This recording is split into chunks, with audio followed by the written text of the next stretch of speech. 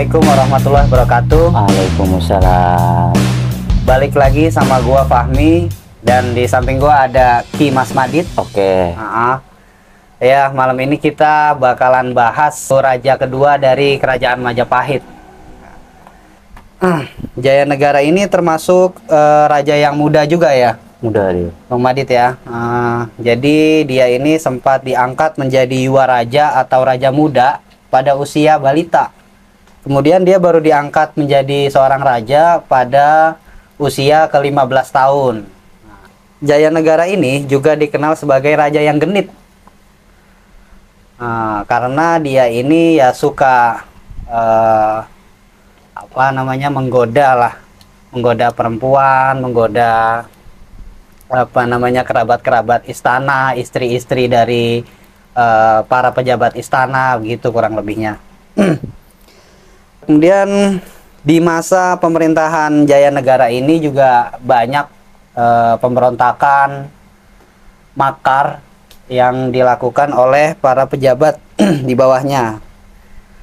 Setidaknya ada 4 nih teman-teman, ada 4 pemberontakan di masa Jaya Negara. Yang pertama pemberontakan Nambi, kedua pemberontakan Pamandana dan Pawagal, ketiga pemberontakan dari Rasemi, dan yang terakhir pemberontakan Rakuti. Nah, yang menariknya lagi di sini ada 3 teori pembunuhan Jaya Negara yang nanti akan kita bahas bareng-bareng, Bang Madit ya. Oke, untuk mempersingkat waktu, mungkin Bang Madit bisa mulai bercerita nih tentang raja kedua dari Majapahit, Jaya Negara. Oke, baik. Bang Madit. Bismillah. Assalamualaikum warahmatullahi wabarakatuh. Assalamualaikum warahmatullahi wabarakatuh. Alhamdulillah, puji Tuhan, Om Swastiastu, Namo Buddhaya, salam cinta tanah air lah, salam rahayu. Nun sewu payai, nun sewu rumayai, nun sewu mbahyai. Jaya Negara dalam kakawin negara Kertagama itu disebutnya Jaya Negara. Namun di kitab Pararaton itu disebutnya dengan Raden Kalagemet, kan gitu kan. Iya. Nah, ini yang jadi pertanyaan, gerangan apa sih naskah Pararaton ini menamakan Jaya Negara ini menjadi Raden Kalagemet, kan gitu. Iya. Apa mungkin, ya kan, di era kepemimpinannya ini banyak terjadi pemberontakan, atau mungkin juga di era kepemimpinannya ini dia tidak bisa menaklukkan tipu daya wanita. Tuh, makanya skandal-skandal asmara daripada Jaya Negara ini banyak, kan gitu kan. Itu 2 versi kemungkinan. Nah, ataukah mungkin yang ketiga ini? Apa yang ketiga ini? Raden Jaya Negara ini tidak bisa, ya kan? Karena ibarat kata dia keturunan daripada Jawa dan Melayu, ya kan? Nah, ini tidak bisa membawa falsafah Jawa. Falsafah Jawa apa itu?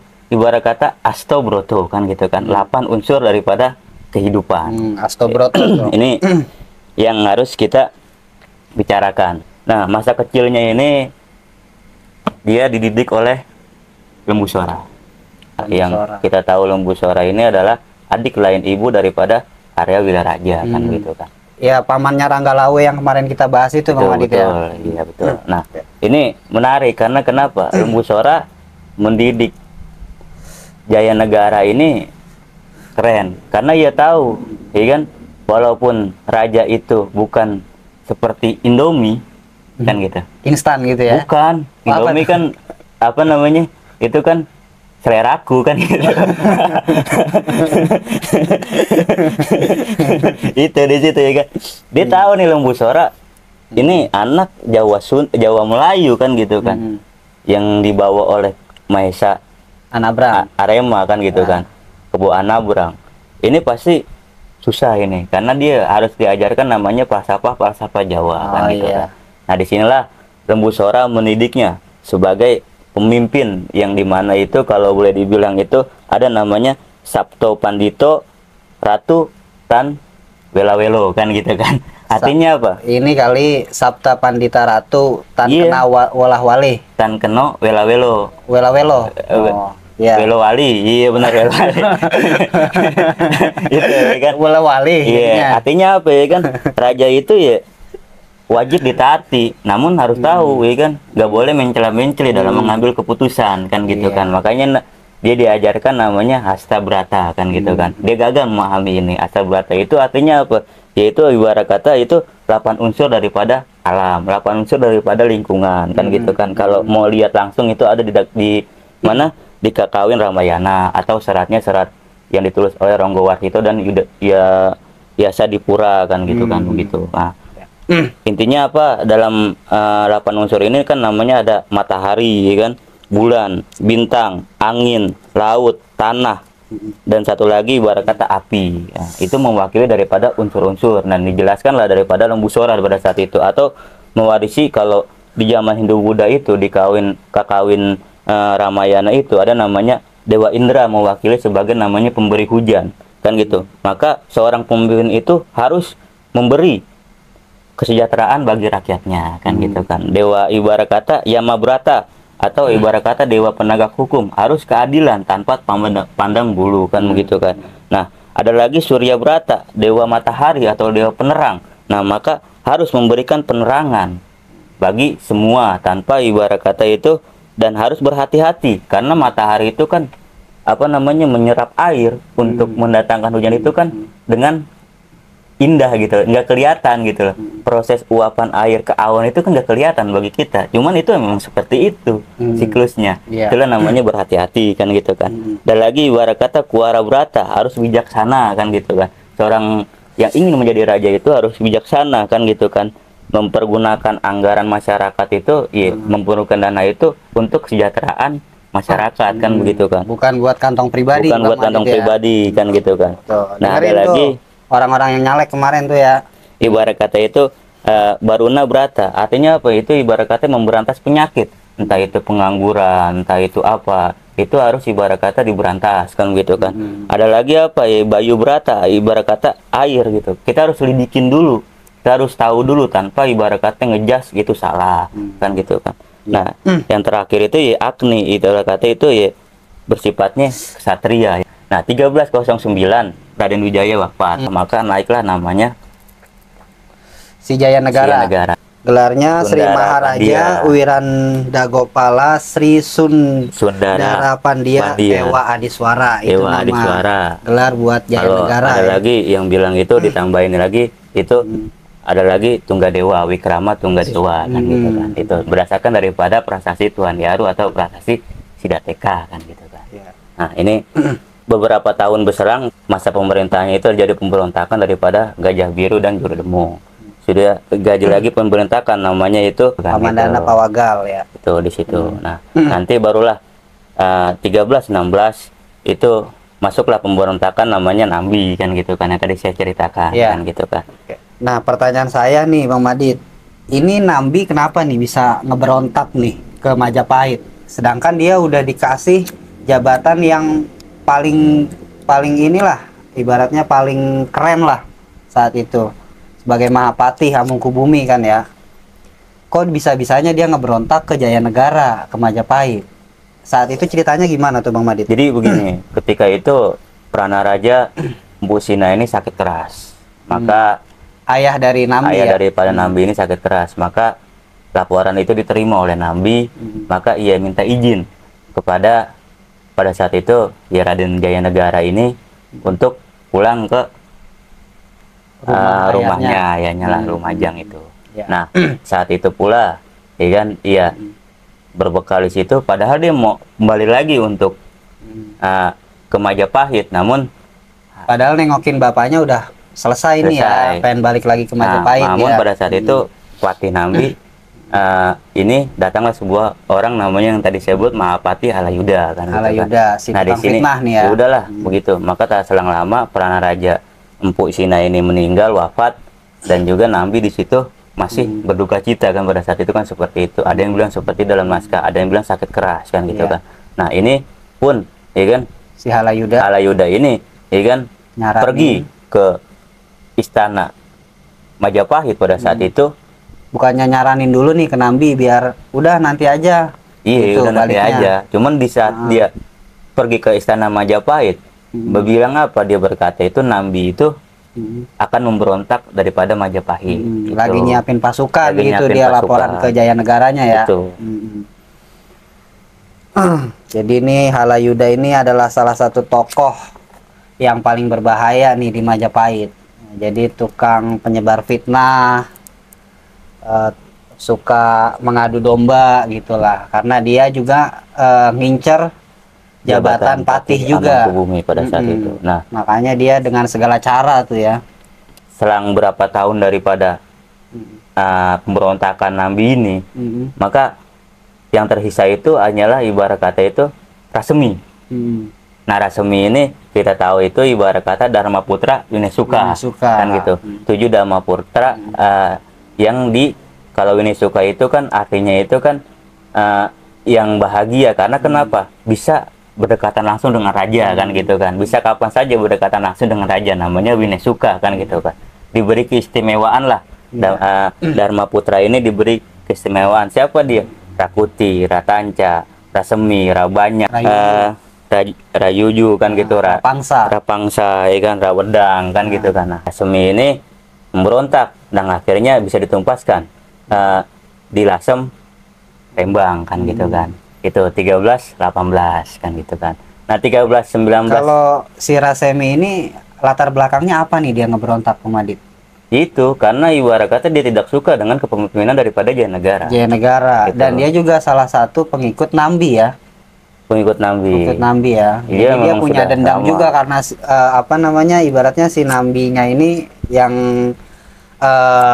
ibaratnya pemimpinnya dia dibunuh sama Jayanegara. Maka ada dendam tuh di situ Bang Wadid ya. Kemungkinan besar seperti itu, kan gitu kan. 13-19 inilah yang paling berbahaya. Pada saat itu pasukan Majapahit itu ya tiga kesatuan. Yang pertama itu Jala Rananggana, kan gitu kan. Jalayuda dan Jalapati. Nah, Jala Rananggana ini ya yang memimpin ini pasukan itu Rakuti pada saat itu. Pemberontakan Rakuti. Nah, ini sempat ya kan beberapa hari ia menunggangi istana pada saat itu. Nah, kurang lebih seminggu lah atau 5 hari. Ada yang bilang 5 hari, ada yang bilang seminggu, ada yang 10 hari dalam naskah seperti itu. Nah, ini pada saat itu juga diungsikanlah Jayanegara ke mana? Ke desa Bedander. Jadi yang pemberontakan di antara pemberontakan yang ada di zaman Jayanegara yang paling bahaya ini ya pemberontakan Rakuti ini ya. Pemberontakan Rakuti kan. Sampai raja ini diungsiin gitu kan ke desa Bedander ya. Bedander. Setelah ibarat kata itu ya maka kabinet baru disusun oleh Jayanegara. Itu 1323 dalam prasasti Sidateka atau Tuhan Yaru pada saat itu disusunlah kabinet-kabinet baru, kan gitu. Maka yang paling menghebohkan dari situ apa? Ada 3 Mahamenteri wanita pada saat itu. Hino, Mahamenteri Hino, Sirikan dan Halu, kan gitu kan. Itu yang terdiri daripada perempuan-perempuan semua, kan gitu kan. Maka orang berpikir, wah, bahaya nih orang, kan gitu. Padahal sebelumnya nggak pernah dijabat sama perempuan nggak ada perempuan itu. Maka dari Mahamenteri inilah, perempuan inilah,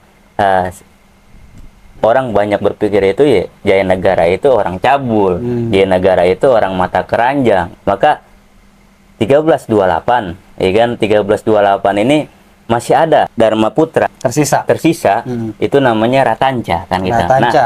Nah, tabib ya Denny ya. Tabib istana ya. Ibarat kata ya. Ibarat kata kalau zaman sekarang dokternya lah. Tukang dokter. Nah, 1328, ya kan, ia mendengar istrinya dicabuli oleh Jayanegara. Istri Ratanca. Ya kan, wah dicabuli nih Ratanca, kacau pada saat itu. Masa iya benar ya kan, maka didatangi namanya ibarat kata itu si Jayanegara didatangi. Kebetulan dia sakit bisul, dipanggil lah Ratanca pada saat itu. Sakit bisul nih, panggil ke istana, diobatin tuh bisul. Niatnya mau ditusuk, pakai kan bisulnya kan di kaki itu, mau ditusuk sama Ratanca, ya kan. Kagak mempan tuh belati yang dibawanya. Oh, luar biasa sakti kan Jayanegara pada saat itu, ya kan. Berarti dia punya kesaktian juga tuh ya. Udah pasti namanya raja. Iya. Namanya raja nggak mungkin nggak ada kesaktian. Namanya raja itu nggak mungkin ya nol lah, nggak mungkin ibarat kata nggak ada Kosong banget gitu, nggak lah mungkin kan ya. gitu kan, nggak mungkin, pasti spiritualnya itu batinianya itu pasti ada kan gitu kan. Walaupun dia disebut raja yang lemah. Walaupun kan? disebut raja yang lemah kan gitu kan. Nah ini pas lagi diobatin sama Ratanca, maka disuruhlah buka semua jimatnya lah, apalah wapaknya lah, kalau dikatakan krum seperti itu kan gitu kan. Nah itu maka pada saat itulah baru bisa dibunuh Jaya Negara, ditusuk. Nah ketika ditusuk dibunuh ya kan, maka Gajah Mada lah yang mengeksekusi daripada Ratanca ini. Maka akhirlah wafatlah Jaya Negara ini kan gitu kan. Jadi dengan si Ratanca ini nggak diadilin lagi ya, nggak diadilin langsung lagi. dibunuh saat itu juga ya sama Gajah Mada. Maka disebut juga Moktaring Panggolingan. Artinya apa ya kan, Moktaring Panggolingan ini ya, mati di kasur atau mati di tempat tidur kan gitu kan. Nah 1328 dia wafat kan gitu kan, tanpa keturunan karena dia disebut-sebut tidak menikah pada saat itu kan gitu kan. Nah ini ngomong-ngomong soal pembunuhan Jaya Negara nih Bang Madit, ada kontroversi nih, ada perdebatan kan. Ada yang bilang kalau Jaya Negara ini dibunuh ada dalangnya. Ada ada yang bilang seperti itu, Gajah Mada terutama kan gitu kan. Ada yang bilang juga dalangnya itu adalah Gayatri kan gitu Gayatri kan. sendiri. Juga ada yang bilang juga dia dibunuh itu ya dengan racun. Ada lagi yang seperti itu. Banyak cerita versi-versi daripada sejarah kan gitu kan. Nah kalau saya boleh ngurain nih ya, dari beberapa kontroversi soal pembunuhan Jaya Negara ada 3 nih. Yang pertama itu dari Slamet Mulyana. Jadi pembunuhan Jaya Negara ini dalangnya ya Ratanca sendiri, karena atas dasar dia dendam karena istrinya dipakai tadi. Itu yang pertama, karena ya atas dasar balas dendam lah. Nah yang kedua itu dari catatan NJ Krom. Nah ini sejarawan Belanda. Nah ini dia ngejabarin kalau pembunuhan Jaya Negara ini dalangnya ya Gajah Mada. Karena Gajah Mada ini nggak senang sama sifat dan tabiatnya si Jaya Negara. Ya yang tadi kita bahas, kalau Jaya Negara ini ya raja yang genit, terus juga cabul juga gitu kan. Terus yang terakhir itu Muhammad Yamin. Kalau dari Muhammad Yamin sendiri nyimpulin kalau kematian Jaya Negara ini pembunuhan Jaya Negara ini dalangnya itu adalah Gayatri. Karena Gayatri nggak seneng nih dua putrinya dikekang sama si Jaya Negara. Dan juga mau dinikahin sama Jaya Negara. Dan juga mau dinikahin sama si Jaya Negara ini. Makanya Gayatri ini ya nyuruh Gajah Mada buat ngabisin Jaya Negara. Tapi Gajah Mada sendiri ya pinter gitu, dia cerdas lah, dia nggak mau pakai tangannya sendiri buat ngebunuh Jaya Negara, makanya dia make si Ratanca buat ngebunuh Jaya Negara. Gitu kurang lebih Madit ya. Nah, maka diwafatkan dia di Seringgapura kan gitu kan, di Antawulan. Oke teman-teman, itu tadi pembahasan tentang Raja kedua Majapahit, yaitu Jaya Negara atau Raden Kalagemet. Semoga pembahasan kita tadi bermanfaat buat teman-teman semua sebagai referensi dari informasi tentang perjalanan Kerajaan Majapahit. Sampai bertemu di video selanjutnya. Salam damai, bobrok selalu. Wassalamualaikum warahmatullahi wabarakatuh.